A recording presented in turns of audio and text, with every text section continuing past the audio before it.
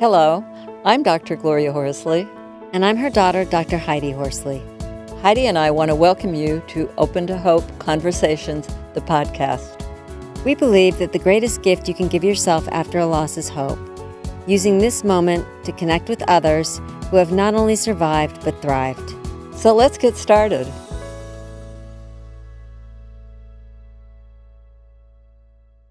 Welcome to the Open to Hope Show. I'm your host, Dr. Gloria Horsley, with my daughter and co-host, Dr. Heidi Horsley.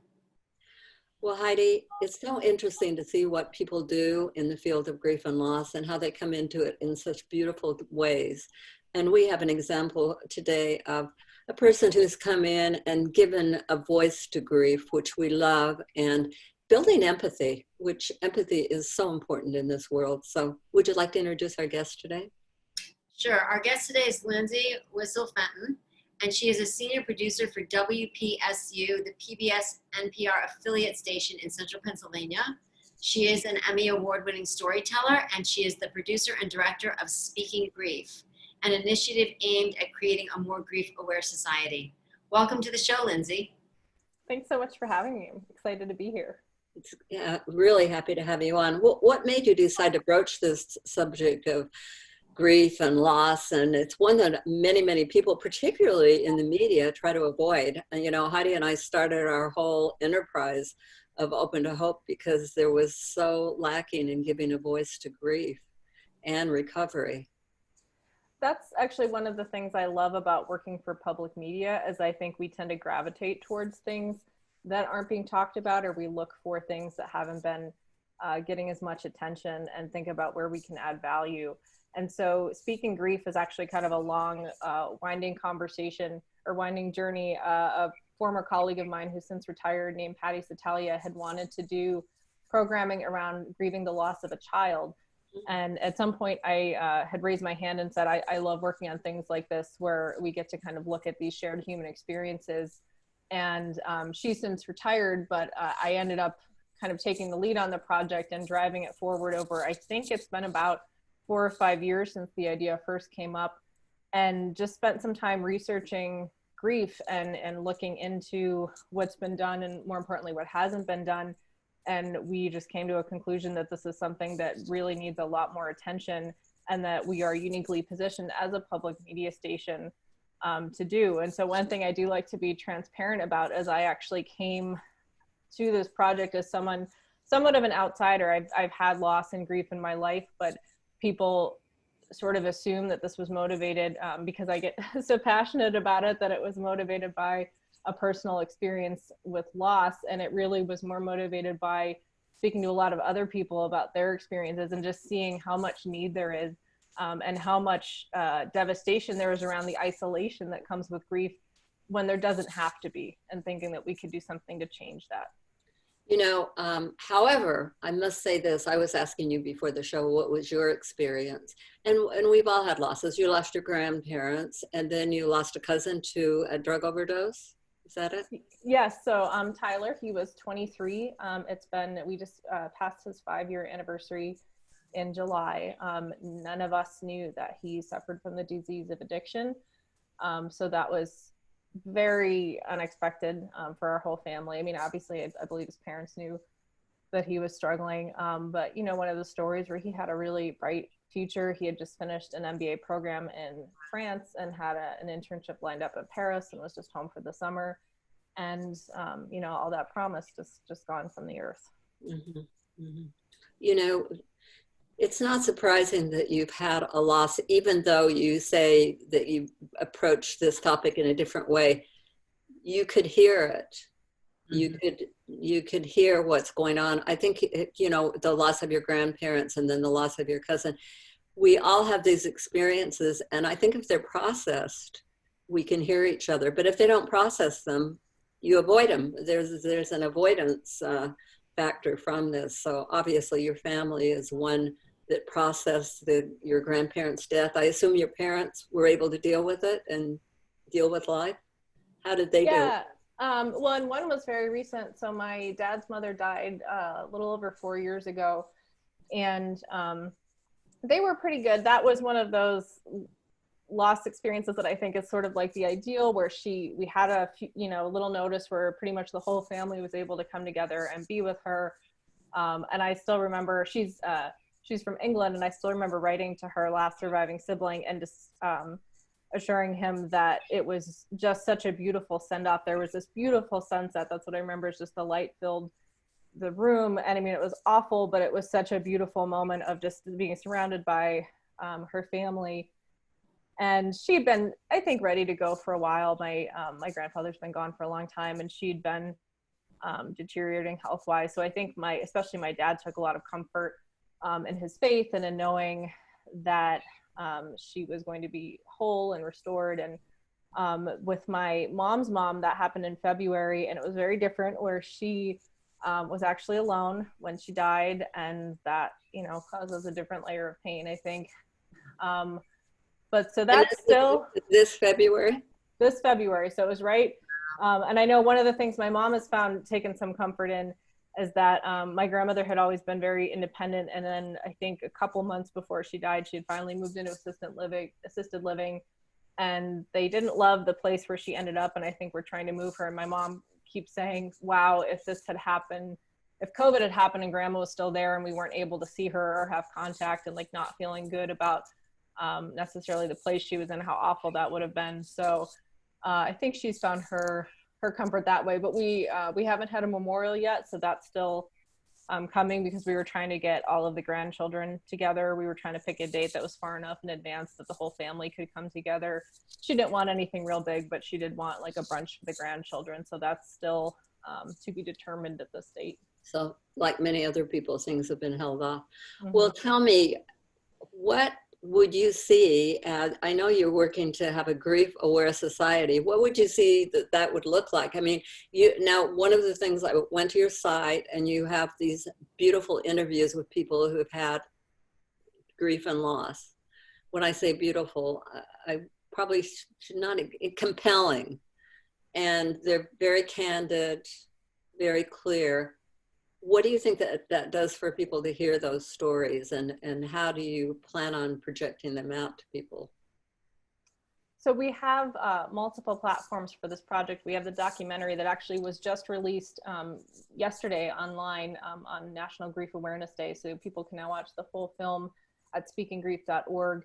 And then we have a whole web library of these profiles of families, but also I think we counted, it's more than 600 videos between those profiles, and then snippets of interviews from experts, grief professionals, and then the families that are grieving, all integrated into kind of our twofold mission, which for me, this is what grief awareness looks like for grieving people, to feel validated. And I think because it's really to help us understand what the reality of what grief is, because there's so much misconception in our culture, that one, I think we internalize that, and we measure our own grief experiences against this this sort of false understanding of, we'll be going through something for a finite amount of time, and then we complete these steps and we're fine.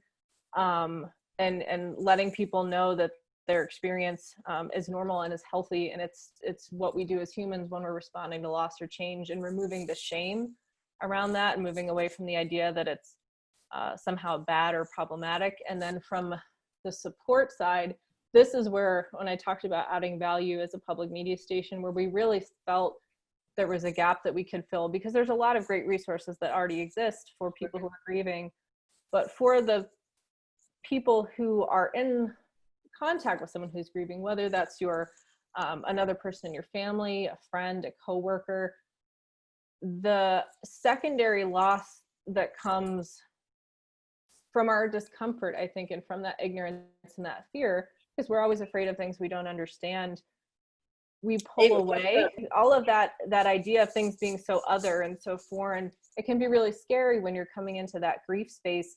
And so I think a lot of the times when we pull back, it's not because we don't care. I think we care so much, we're so afraid of adding to that pain, but we are also very uncomfortable with it.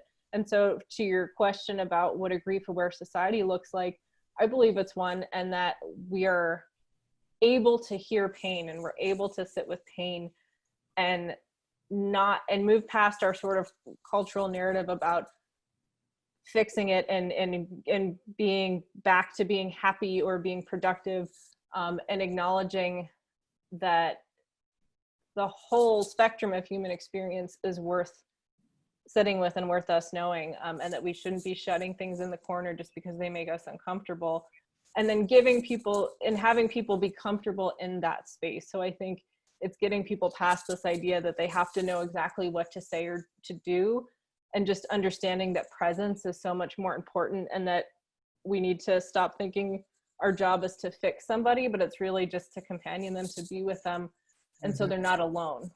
And I think that's the hardest. I teach grief and loss classes at Columbia University, and I think the hardest thing for my students is exactly what you just said. Like, we can't fix it, because at the end of the day, people want that person back in the room that died. That's what they want. We can't give them that. And sitting with someone and as a companion and taking the grief journey with them is difficult. It sounds easy, but it's not. So teaching people how to do that. I was wondering, with all these interviews you did, was there anything that surprised you that you learned in hearing everybody's stories? I think the most surprising thing is how willing and happy, I guess, people were to share their stories. Because I think early on in this, a big core of my research was having phone interviews with people. And I talked to just dozens of people about their experiences on the phone. And especially early on, like, I'm not a psychologist, I'm a filmmaker. So coming to this and kind of, I educated myself as much as I could, but a lot of it was learning as I went. And people would become emotional. And so I would instantly apologize and say, I'm so sorry, I'm stirring all this up for you. And falling into that trap of thinking that expressions of pain were something that we need to apologize for. And they would kind of stop me and say, no, I'm actually really grateful, because nobody ever gives me this chance. Nobody asks me directly about my grief or my loss. And, this is a gift for me to be able to speak openly about it in a space without judgment. And so that was really the core of going back to that grief-aware society. I think broadening that so that more people have that opportunity. And I think also just reinforcing the idea of the power of narrative and of being given the chance to tell our story. People have shared that has been so cathartic of them to be part of this project. And a lot of other people who've since seen the film or interacted with the website have reached out to not only share feedback about what we created, but then to tell us a little piece of their story. So I think that just drives home the need we all have to be heard and validated. Right, absolutely. In telling our story, we begin to heal. Absolutely. Like you said, it's really powerful, and as you pointed out, and it's often it's often minimized. People don't often realize that giving people the space to tell their story is very, very powerful. And even I like to bring that up for supporting people too, is that because I think we're so action oriented, and we do try to coach people to do those tangible things, to mow the lawn, to drop off some groceries. Those are all wonderful. But we're trying to give people a whole kind of deck of things they can choose from as something to offer help. And the thing I always joke about is, like, I'm a terrible cook, so I'm not going to be the person who offers to bring you a meal. I mean, I could bring you takeout, but I'm fairly comfortable sitting and holding that space. So it took me a while to realize, wow, just offering to sit and listen is a real thing. Like, that's a real action. And I think because it feels passive, we think, oh, that's not enough. But often that's, I think, the greatest thing. And I've had the same thing done for me. I've had, especially, more recently with my grandmother, when I'm a little bit more conscious of what my experience is and how things feel to me in the space of grief, having had a few people who were willing to just sit there and let me cry, or let me be angry, or let me be confused and not sure what I'm feeling. What a gift that is. So what are your future plans with the program, and tell people how they can find you and all that? So speakinggrief.org is the website. Again, the full film is there, but I really encourage people to spend some time on the site, not just watch the film, but we have some brilliant minds that have gone into advising this project, and a brilliant instructional designer who's made pages of content for understanding grief and supporting grief. We also have all those other web profiles. I also encourage people to follow us on social media at WPSU Grief, because we're really using those platforms as a place to have these sort of micro lessons about grief, not just as something that we're promoting the project, but to really extend learning. And then we had a bunch of events planned that obviously got postponed and I think are moving virtual. So there'll be some virtual events coming up, I believe in November around Children's Grief Awareness Month. And then longer term in the project, I should say I'm also continuing to do, although not officially part of the project, WPSU has a radio program called Take Note that airs every Friday. And our news director has allowed me to dedicate one episode per month on a grief-related topic. So that's happening. And our team is actually actively brainstorming what our next phase will look like. We've all become kind of grief advocates and are really excited to continue this work. And so we're honing in on what that might be, but we're thinking about things like resources on grief-aware schools or grief-aware workplaces, and on things like continuing to build out that web library with those stories of grief. But so the project's not going away. It's just, it's in a transitional phase, I think, where we're like, what more can we do? Where can we go next? And I'll say too, our team was just awarded through sort of an internal competition we do every year for new ideas. We're going to be developing a grief support app.